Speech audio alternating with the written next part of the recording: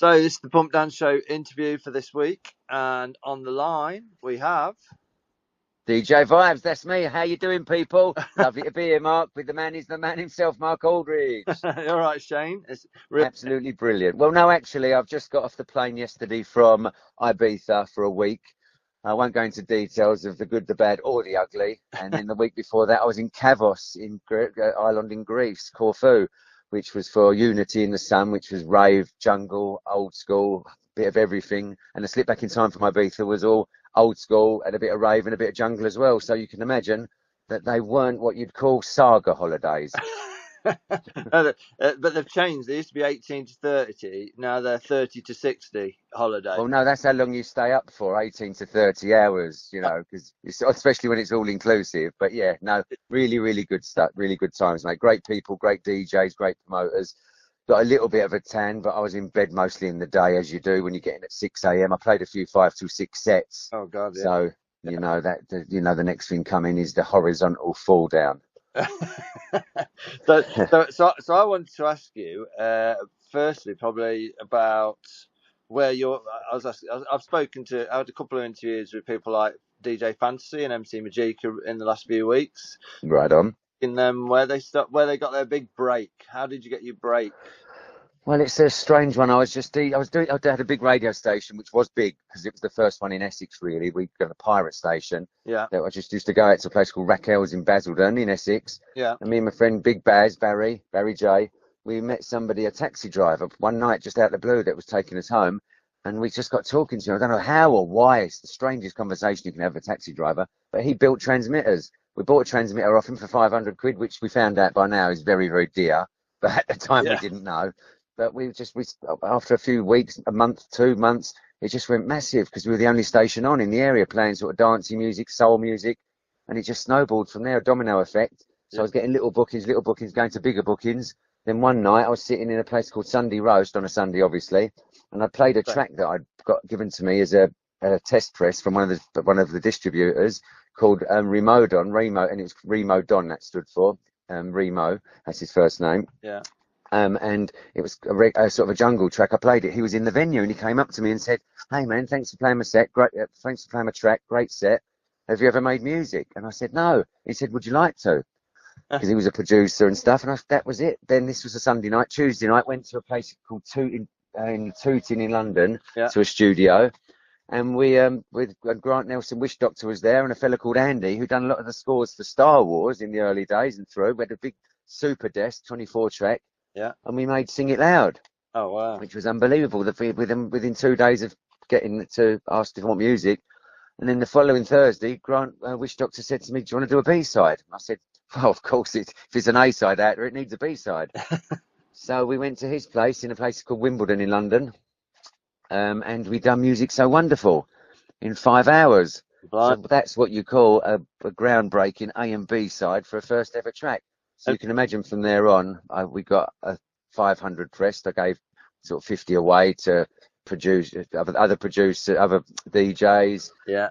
You know, sent a lot to promoters. Because at first I was sending tapes out when I first started, but then once I had this record, I started sending records out, which is a great opportunity and a great advert. Yeah. And then it really was a massive domino effect and a big snowball. It was an avalanche. Music So Wonderful. How many did you sell of that then? Probably. Oh, yes, just looks like asking a woman her age. You can't do that. Yeah. But it was in the thousands, yeah. So it done well. So obviously a record, if people are buying records, they see your name spinning around every time they play it. Oh, yeah. And every time it gets played out on a pirate station, your name's getting mentioned or something like that. So that was the best advert I could ever have. And things just took off from there. And the first big deal that I really got to play was a thing called Obsession. Yeah. That was in Telford. And funny enough, Carl Cox played before me and he played my track. He played Music So Wonderful. And can you believe that? Yeah. So that was just proof that things were happening. And then it went, Dreamscape took me on board and Helter Skelter. Then I was turning dues down, which was crazy. So great times, lucky, right place, right time, if I ever heard of it, you know? And that Music So Wonderful, it was a sample, Vivian Lee, wasn't it? It was, yes. So how did you know about that record? How did you know about I didn't. It was just something we trawled through. There was a cappella of it on a B-side. Yeah. I'm sure, as I know. It's only it's only 3 words. It's not like a big rip. Yeah, yeah, yeah. So, but it was done. The sampling was the way of the hardcore and the rave and the jungle. Always has been and Yeah. still is. So I was looking you up on the internet just in case there's something I didn't know about you. Well, there's a lot you don't know about me, mate, but you won't see it on the internet anyway. When you did your pirate station on the internet, it says you got caught and you got Yes. a big fine. Is that right? Yes, I did about roughly a year later. It was going so well. We thought we just thought we'd have a gathering. It wasn't a party. It wasn't a pay party. Just a gathering up at the local kind of up in the forest thing. It was called One Tree Hill, this place. Yeah. And then we called it the Teddy Bears Picnic for some reason. I don't know why. It was on a Sunday and it jammed and rammed out the roads all around the area. It wasn't good. The police had to come, and a fellow who had a car dealership. He couldn't get anyone in or out of his car, out of his garages. He sold cars on a forecourt, and he complained apparently. So the following weekend, our doors went in the back of the back of my mum's garage doors, because it was from my mum's house. I was still living at home at the time. I was 18. So that's when the back doors went in. DTI took all our records, and we didn't have Technics. It was just Tandy Dixon's belt drives. Right. We didn't have, they took all the records we had at the time, which wasn't a great collection because we were still getting them in bargain basements. We used to buy records from a place called Brickhouse Records, 10 for £3. Sorry, 3 for £10. They'd be wrapped in Christmas paper or newspaper, and you couldn't tell what they were until you got them home. But we got some good ones in there. I remember getting Man Machine, LFO. Oh yeah. We got Strawberry Fields. So we done all right. It didn't rip you. You'd always put one good one in, like the football stickers. You'd always get one good one in the middle. So you kept yes, going. You got a fine, did you? And then so I got a fine of £1,200 when I was 18, 19, and that's a lot of money then. Yeah. And they took all the stuff, and £1,200 make an example of us. Don't know if you'd get that now or what, but that was a lot of money at the time. I wasn't working. I used to come down in the morning at 10 in the morning, just jump on the decks playing soul. Yeah. So it was a great hobby. But yeah, that was if I didn't do that, I wouldn't be talking to you now. And you eventually released like loads of loads of mixed compilation. Oh, plenty of tracks with me and Grant Wish Doctor and a few others. We always done great remixes, as you may know. We always try to keep ourselves going with the Asylum, Raver's Choice, VW. Yeah. Yeah, mixed plenty of albums, mixed 20, 30, 40 albums at least, I'd say. Done a few of my own albums, had my own album, 4 vinyls of all my best stuff. Oh, yeah. All Music So Wonderful, which came out this time last year, roughly. Yeah. Which sold really, really well. 4 albums, 16 tracks, all DJ quality, 2 tracks each side. Yeah. I wouldn't do a Ronco or with 10 on each side, just to keep the vinyl down. But yeah, that went really well. So just got 2 new vinyls coming out at the end of this month. Oh wow! On my new label, Rolling Vibes. Yeah. And also on Death Star Records, got 2 new tracks as well. The end of this month. Return of the Vibe Records. So yeah, things are going well. Still keeping my hand in, mate. Still not just sitting back. Still keeping going. Still got plenty of tracks out there, remixes as well.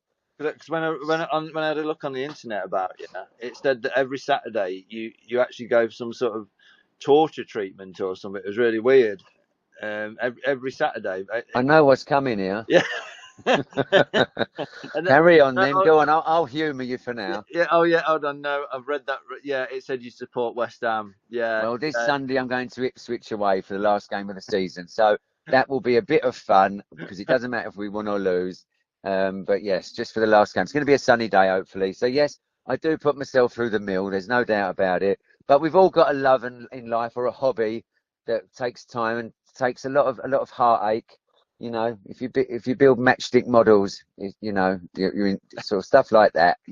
But it's something that's been with me since I was 8, 9, 10 years of age. So it's too late to cut it loose now, mate. What did you do if there was a big game for West Ham and somebody had offered a gig in a daytime gig or something, especially these? It depends on the gig, but I do miss the event. I do miss West Ham games because of events. Events are more important, obviously, because West Ham will be there forever. Yeah. And you can't turn down what's been good to you. And West Ham is just one of those things that it's just great. But if there's 9 out of 10, I've missed a good few West Ham games this season. If you're in Manchester, you can't do it. But Raving's more important on the Saturday, of course, because West Ham will be there forever. And I don't think I'll be DJing in my 70s. I said I'd retire at 40. 13 years ago. I said 50 3 years ago. Now I'm still hanging in there. I won't cut my fingernails because I'm just hanging on by them. And how are your ears? Because I know that's a strange question. I know. Yeah. I've never had a major problem as far as I know. Ah, People say that, but well, I just sometimes I think the telly's a bit low, or it's a bit bassy. yeah, But I've never had any tinnitus problems. I've never had hearing problems itself. I've never had the little earplugs in, which maybe I should have. yeah, But years ago, everyone thought they were poncy, didn't they? Oh, he's yeah, got earphones in. What's he trying to do? That's not going to stop anything. yeah, You know, the little protectors. yeah. But I suppose if I was on a building site with a JCB and Whackhammer, then would have the earmuffs on. But I've been lucky so far. So Good. Yeah. whether I think I'm doing good mixes and they're not, I'm not sure. Oh yeah, yeah, But yeah. That's why. I'll probably think I'm great, but I probably can't hear a thing. Yeah, that's why I asked, because you don't know. Yeah, if everyone's dancing as if they've got a Walkman onto me, I don't know what's going on. Yeah. But no, everything's good at that side of things. I've got so far, mate. So yeah, I can't cry. Good. Been doing it now. So yeah, I started when I was 17, roughly 18, 53 now. Yeah. So 35 years in the game, my son. Still going. Still going. Still strong. still going. I'm not going 100 miles an hour as much. Yeah. I'm in the second lane. I'm not in the fast lane. Yeah, I'm definitely not in the slow lane or the lay-by yet. there's a lot, yeah, I was going to say there's a lot of DJs that are still in the lay-by. So Oh yeah, they're in the services, mate. Yeah. They haven't even got out on the motorway. They've pulled in and turned the engine off. That's it. Right. Yeah, I've seen many men come and go, but I've always done this. Never had a normal job, if you can say that. Yeah. I'm unemployable. There's no doubt about that. Yeah. Well, you've done all right, mate. You've done all right. Yeah, I've always had fun, and I haven't charged stupid money like some of the people. I've always had time for the ravers and for the people who've looked after me and been on my side.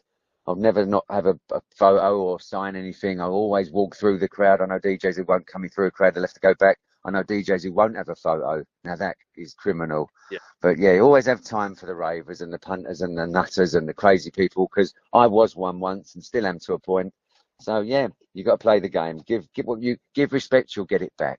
Well, thank you very much, Shane, for the interview there. Well, thank you for thinking of me. I must be doing something right if I've managed to get on such a high class, high rated show as yourselves. There you go. See, I'll play Music So Wonderful on the show. I'll play it at the end because it's probably faster than a lot of the other house stuff that we play on the show. But it will get played at the end of the show, and all the royalties will come to you as you. Yes, I know. I've missed out on millions of those, I'm sure. But yes, listen, thanks for everything, mate. Loads of love to you and all the crew. Yeah, thanks. And I hope to see you all somewhere on the dance floor soon. Thank you. Goodbye. Massive love. Bye bye, vibes. He says, oi, oi.